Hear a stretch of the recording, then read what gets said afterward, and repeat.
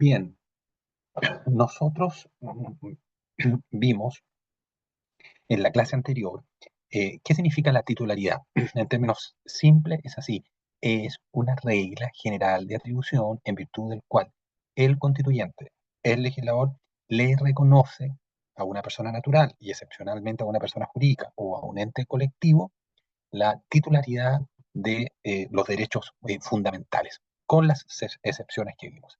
Bueno, ahora habría que ver lo mismo, cuál es la regla para determinar quién es destinatario, quién es el obligado a el respeto, garantía y cumplimiento de los derechos humanos. Así que el tema de ahora, de estos minutos, es el destinatario. ¿Bien? Como sabemos, la regla general, los derechos fundamentales imponen obligaciones primariamente al Estado y sus órganos. Esto es importante. Destinatario, hay que asimilarlo. Obligaciones. Históricamente, ustedes vieron las generaciones, nacieron como límite al poder público, función de defensa del Estado. Así el sujeto pasivo, típico o destinatario de un derecho fundamental es el Estado.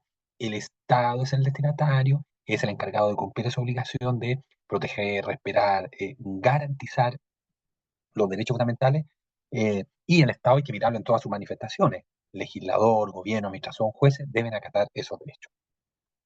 Bien, nuestra Constitución Política consagra, ustedes también lo conocen cuando tenemos el Estado de Derecho, en el artículo 6 dice, los órganos del Estado deben someter su acción a la Constitución y a las normas dictadas conforme a ella, lo que incluye el respeto a los derechos fundamentales.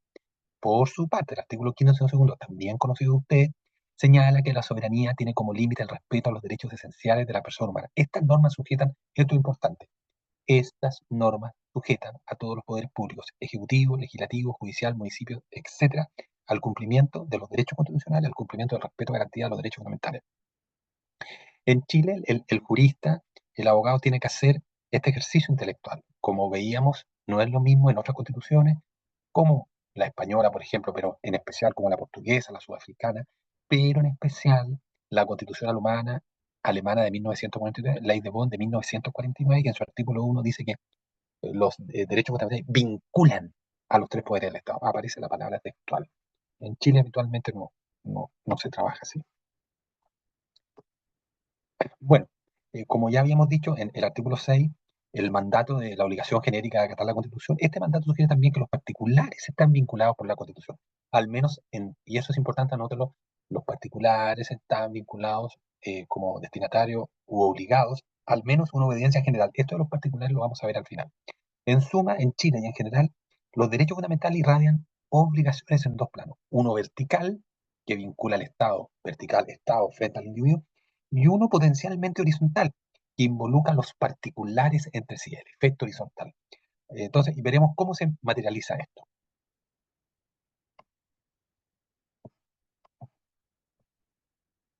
Eh, entonces, uno de los primeros destinatarios es el legislativo y en general su función nomogenética de creación de normas. Y entonces hay que ver aquí su ámbito, la vinculación con el legislador, una reserva legal de intensidades diferenciadas, concretización legislativa de derechos fundamentales. ¿Qué pasa cuando hay omisión legislativa y se debe cumplir con la producción de normas? Y el poder legislativo y el deber de protección. Son como cinco ámbitos. Bueno, entonces, el legislativo, el Congreso está obligado a respetar los derechos fundamentales al crear leyes. Esa es la primera parte. Esto significa que el legislativo no puede dictar leyes que vulneren el contenido esencial de los derechos. Ya lo vimos. So pena de inconstitucionalidad. La función normativa, potestad nomogenética, está vinculada por la Constitución. La ley, ustedes ya lo saben, principio de supremacía constitucional, principio de legalidad. La ley debe marcarse en los límites de mandato de los derechos fundamentales. Además, este deber negativo, no de derecho, existe un deber positivo. El legislador debe, artículo 5 de la Constitución, debe desarrollar y garantizar los derechos con normas adecuadas. Muchos derechos requieren regulación para su ejemplo, establecer procedimientos para ejercer el derecho a reunión, definir alcance del derecho a huelga o lo mismo el derecho de salud. La omisión legislativa en reglamentar un derecho puede comprometer, aquí viene el tema de la omisión. La omisión legislativa en reglamentar un derecho puede comprometer su vigencia. Se habla de inconstitucionalidad por omisión, cuando el Parlamento no dicta leyes necesarias que la Constitución implícita o explícitamente le exige. Eso habría que ejercerlo de una forma diferente al mandato constitucional porque las atribuciones del Tribunal Constitucional no tienen la función ante la omisión legislativa. Sí otras constituciones, como la constitución venezolana, por ejemplo, que ante la omisión legislativa de un mandato constitucional al legislador puede obligar a que el legislativo, ¿cierto?, la dicte dentro de un determinado periodo, ¿no? En resumen, entonces, el legislador es destinatario de los derechos en cuanto a sus actos, leyes, debe respetarlos y promoverlos. El artículo 1926 garantiza explícitamente que los derechos establecidos en la Constitución limitan todas las funciones del Estado, incluida la legislativa, cláusula de limitación y no regresividad. Esto refuerza la inclusión del Parlamento a los derechos fundamentales. Ya también lo vimos en el Estado de Derecho, los derechos fundamentales valen en la ley. Eso es antes de 1940. Hoy se dice, la ley vale los derechos fundamentales. Bien, veamos otra forma. ¿Y qué pasa con el Ejecutivo? Lo de este hablando, ¿qué pasa con el Poder Ejecutivo? Del gobierno y administración. ¿Hasta dónde la extensión del Poder Ejecutivo como destinatario de los preceptos fundamentales? ¿Qué pasa con su potestad discrecional? Principalmente en materia administrativa. ¿Es vinculante el presidente? ¿Es vinculante el deber de motivación? ¿Qué pasa con la vinculación directa de la Constitución, ley y reglamento? ¿Qué pasa con la tutela judicial frente a la actividad administrativa? ¿Qué pasa con la actuación material, fuerzas de orden de seguridad, la administración, derechos fundamentales y relaciones de sujeción especial? Veamos algunos ejecutivos. El Poder Ejecutivo, presidente y gobierno y toda la administración pública, esto es importante que lo lean. ¿Qué artículos debe leer de ley? La ley de base de la administración 18.575, la ley de procedimientos administrativos 19.880, la ley de información pública 20.245, en sus artículos 1 y 2, fijan qué se va a entender por la administración pública. El Poder Ejecutivo, presidente y gobierno y toda la administración pública, ministerios, servicios municipales, fuerzas armadas en función administrativa, son obligados directos por los derechos fundamentales en su actuar diario. Deben respetar estrictamente los derechos. Ninguna autoridad puede, por ejemplo, ordenar detenciones arbitrarias, violar la libertad personal, ni censurar expresiones, afectar la actividad de expresión sin más seguridad.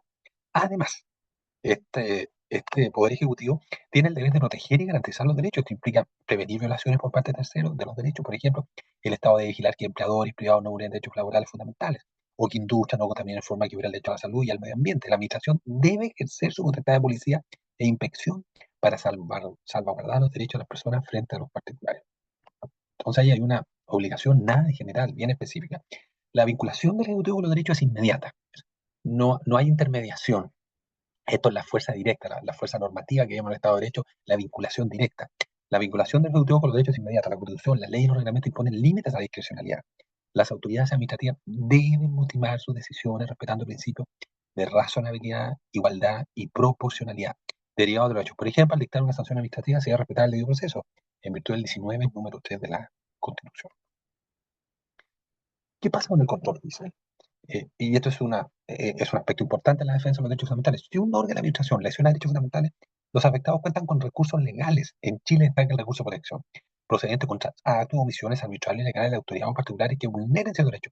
También está la acción de amparo o recurso de amparo frente a privaciones de libertad legales. Los tribunales pueden anular o corregir actos administrativos inconstitucionales, garantizando la primacía de los derechos. Este control permanente, que el Ejecutivo y la Administración se mantengan dentro del marco de respeto a los derechos. Y ahí entonces este control jurisdiccional. Veamos entonces ahora el órgano jurisdiccional. ¿Qué pasa con el órgano jurisdiccional? El ámbito de vinculación de la función y los órganos jurisdiccionales, ¿cuál es el contenido de esa vinculación? Derechos fundamentales e interpretación conforme a la Constitución. El juez de la instancia y la aplicación de leyes inconstitucionales. Derecho a tutela judicial de derechos y derechos fundamentales constitucionales. Judicatura y principio de igualdad. Y finalmente el poder constituyente frente al artículo 5. De ese contenido, ¿qué podemos derivar nosotros? Bueno, lo primero, a nivel de Poder Judicial, el Poder Judicial tiene una doble posición respecto a los derechos fundamentales. Uno, es a la vez destinatario, ya que es obligado, debe respetar en sus procesos y decisiones, pero es a la vez guardián de ellos. Debe hacerlos valer y protegerlos frente a las violaciones. Como destinatario, los jueces deben asuntar su actuar a los derechos. Por ejemplo, en un juicio deben respetar el derecho al debido proceso, asegurando defensa, juez imparcial, sentencia fundada. No pueden, sobre texto de aplicar la ley, conculcar derechos a las partes. Por ejemplo, mujeres no pueden poner penas crueles que vulneren la integridad ni discriminar a un litigante por razones prohibidas, entre otras cosas. Como garante, el Poder Judicial está llamado a aplicar y tutelar los derechos fundamentales. La Constitución garantiza a todas las personas el derecho a la tutela judicial efectiva, a pesar de que es un término más bien de la doctrina española y de la legislación española, se ha utilizado en Chile. Esto implica que ante la vulneración de un derecho fundamental debe existir un juez que conozca el asunto, restablezca el derecho lesionado. Los tribunales ordinarios conocen, por ejemplo, demandas por indemnización de daño cuando un derecho es afectado y las cortes de apelaciones resuelven los recursos de acción de protección. El Tribunal Constitucional además puede inaplicar leyes contrarias a derechos en casos concretos de expulsarla del ordenamiento. Y la Corte Suprema conoce recursos de unificación de jurisprudencia en materia de derechos fundamentales laborales, ¿no? Y sin perjuicio del recurso de nulidad en materia procesal penal. Otra faceta es que los tribunales, la función jurisdiccional, el juez en su rol de juzgador también debe interpretar la ley conforme a la Constitución. Y este principio de interpretación conforme, lo vimos en clase ya, ustedes lo pueden, ¿no es cierto?, relacionar con el principio favor persona, favor libertad, el principio indubio por reo, el principio favor cive, favor ciudadano, el principio favor trabajador. Si una ley admitiera dos interpretaciones, una acorde a los derechos fundamentales y otra que los dulera, el juez está vinculado a coger la primera. Además, si un juez de una vez estima que una ley a aplicar es francamente inconstitucional, puede plantear el asunto al Tribunal Constitucional vía inaplicabilidad 93 número 6 para que prevalezca la Constitución. En la justicia chilena coexiste así un control difuso limitado con un control concentrado, es decir, un órgano, un Tribunal Constitucional, ambos orientados a asegurar la supremacía de los derechos. Y el otro control difuso que lo realizan los tribunales. Aquí habría una, que ustedes también lo han leído, una segunda faceta que es el control de convencionalidad que podrían hacer los tribunales. Entonces, en definitiva, el Poder Judicial se encuentra sometido a los derechos, no puede, por ejemplo, negar justicia, principio de inexcusabilidad, ni aplicar normas contrarias a la Constitución. Y simultáneamente es el último garante que todas las personas vean respetados sus derechos fundamentales. Bien. Como veíamos al principio de la clase de hoy, una cuestión clave, pensando en el artículo quinto y en el artículo sexto, es si los particulares, personas privadas, están obligados directamente por los derechos fundamentales en sus relaciones mutuas. En principio, los derechos constitucionales nacieron para proteger al individuo frente al Estado, eficacia vertical, Estado-persona. Pero la sociedad moderna, el poder de particulares, empresas, medios sociales, como le dice una línea, los poderes fácticos, las grandes empresas, las empresas transnacionales, pueden afectar gravemente los derechos de otros individuos. Y por eso un repensar sobre eso. Y aquí tenemos los particulares como destinatarios de derechos fundamentales, el denominado efecto horizontal. Vamos a ver cuál es el concepto de recepción en la doctrina, origen y desarrollo en Alemania y España, la crítica de este efecto horizontal que se llama Riedwirkung, y en general el efecto de irradiación de los derechos fundamentales. No puede haber alguna alternativa dogmática. Veamos este efecto horizontal. Veamos. La doctrina chilena mayoritaria sostiene que si hay una cierta vinculación entre los particulares a los derechos fundamentales apoyándose en la redacción amplia del artículo 5 y 6 de la Constitución, que no exceptúa a nadie del mandato constitucional. Así se habla de eficacia horizontal de los derechos. Estos se radian efectos obligatorios también entonces en el ámbito privado. Muchos partidos, por ejemplo, el derecho a no ser discriminado obliga no solo al Estado, sino que a cierto grado también a empleadores, educadores, proveedores, prohibiendo las conductas discriminatorias y arbitrarias. Ese es el principio general. Veamos.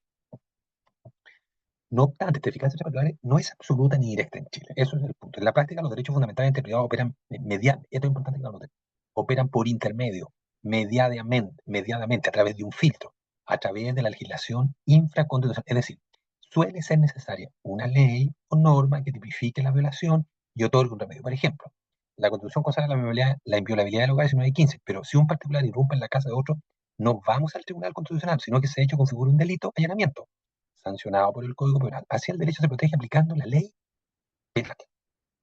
Hay un filtro, está mediado, hay una interpretación que es la ley, en este caso la ley penal. Sin embargo, hay mecanismos constitucionales directos que sí alcanzan a los particulares. El recurso de protección del artículo 20, aunque pensado principalmente como acto de control de autoridad, procede también contra actos u omisiones de particulares que vulneren ciertos derechos, vida, igualdad, propiedad, siempre que no existe un medio legal alternativo eficaz. Por ejemplo, se han acogido acciones de protección contra empresas de servicios básicos que controlan debidamente el suministro, afectando el derecho a la vida o a la propiedad, o ordenando a un colegio privado recuperar a un alumno expulsado arbitrariamente, resguardando su igualdad de trato. Esto muestra una aplicación directa y judicial de derecho frente a particulares en casos concretos. Fija, es en la propia Constitución donde se aplica esta obligación directamente. Mecanismos constitucionales directos que alcanzan a los particulares. Bien, en suma, aunque la Constitución no convierta a cada particular esto es importante, aunque la Constitución no convierte a cada particular en garante universal de los derechos ajenos, sí establece que ninguna persona está por sobre la Constitución. Los particulares deben ejercer sus libertades respetando los derechos de los demás. La realización de los derechos en las relaciones penales se asegura principalmente vía leyes. Eso es lo que dice la doctrina más especializada. Tenemos, entonces, cómo se asegura la protección de los derechos fundamentales en las relaciones privadas a través de leyes. Código del Trabajo, artículo 2, está el procedimiento de tutela laboral, artículo 485 siguiente, ley Samudio, antidiscriminación, código civil, inspiradas en mandatos constitucionales y vía la acción de los tribunales aplicando esos principios en los litigios entre particulares. Comillas rectoras. Los derechos fundamentales impregnan todo el ordenamiento, de modo que también las relaciones entre particulares deben ajustarse a los valores y exigencias de la Constitución, aunque su exigibilidad práctica requiera caminos jurídicos específicos, vía legal. Existen dos grandes posturas teóricas sobre el efecto horizontal. ¿Cuáles son las posturas sobre el efecto horizontal? Primero, hay un constitucionalismo total, eficacia horizontal plena. Sostiene que la Constitución y los derechos fundamentales empapan toda la vida social y obligan directamente a todos, no solo al legislador. Cada persona tendría el deber constitucional de no lesionar los derechos de otra. Bajo esta visión, entonces, la distinción público-privada se atenúa. La supremacía de los derechos alcanza igualmente a relaciones entre privados particulares. Esta tesis ha sido vinculada al neoconstitucionalismo, que concibe la Constitución como un orden normativo completo y valorativo para la sociedad entera, donde cualquier conflicto, aún entre particulares, debe resolverse a la luz de los derechos fundamentales. Autores como Ronald Lord y Robert Alexis argumentan que derechos como la igualdad o la dignidad proyectan principios que informan todas las normas públicas y privadas. Bien, esa es una primera postura. Que en Chile está, como lo habíamos, está matizado, porque tenemos difuso, están las vías legales, pero también está la acción de protección y, por supuesto, la acción de amparo. La tesis clásica liberal, eficacia únicamente vertical, plantea que los derechos fundamentales nacen para limitar al Estado, no para regular directamente la relación entre particulares. Defiende mantener una separación. En lo privado rige la autonomía, la voluntad y el derecho común, y solo indirectamente valores constitucionales influyen allí, por vía de interpretación legal o legislación específica. Entonces, según esta postura, obligar constitucionalmente a particulares de forma directa podría colisionar con libertades individuales. Por ejemplo, la libertad de empresa podría colisionar con una exigencia constitucional de no discriminar si esta fuera absoluta en el ámbito privado. Muchos juristas señalan que la Constitución no puede sustituir al Código Civil. Esto es importante. Muchos estudiosos señalan que la Constitución no puede sustituir al Código Civil en gobernar la relación entre personas privadas y que extender directamente los derechos al horizontal diluiría su fuerza, ya que todo conflicto privado se tornaría inconstitucional.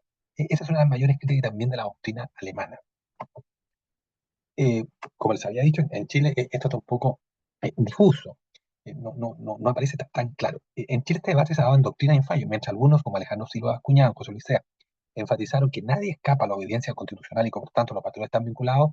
Otros, como Manuel Núñez, advierte que la Constitución chilena no establece un régimen de acción horizontal general, salvo en casos en que el legislador o la propia carta lo determine. La realidad en Chile, en la práctica, ha tendido a un punto intermedio, como yo les explicaba. Reconocer que los derechos irradian el orden privado, pero su aplicación concreta exige ponderaciones caso a caso y deben canalizarse estas disputas, soluciones, a través de la ley, de normas infraconstitucionales.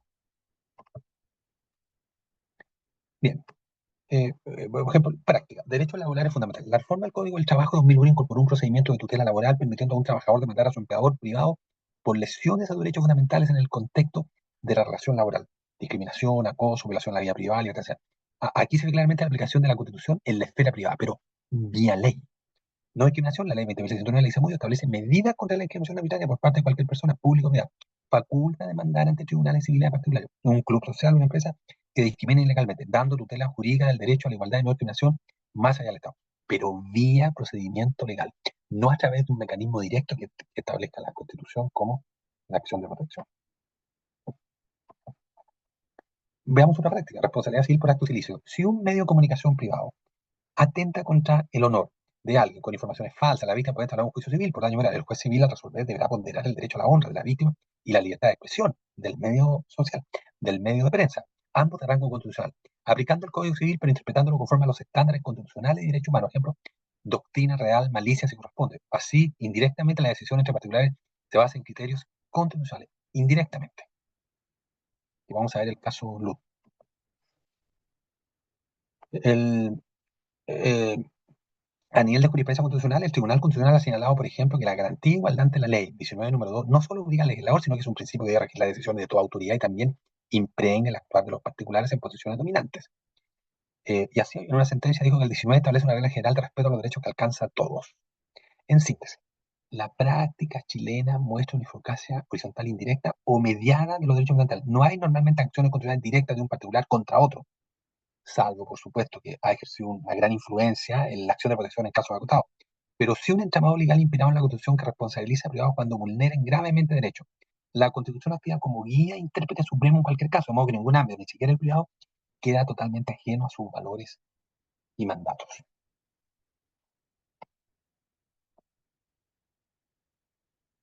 Bien, vamos a quedar hasta aquí y luego vamos a compartir la última parte del PowerPoint con respecto a qué sucedió en Alemania.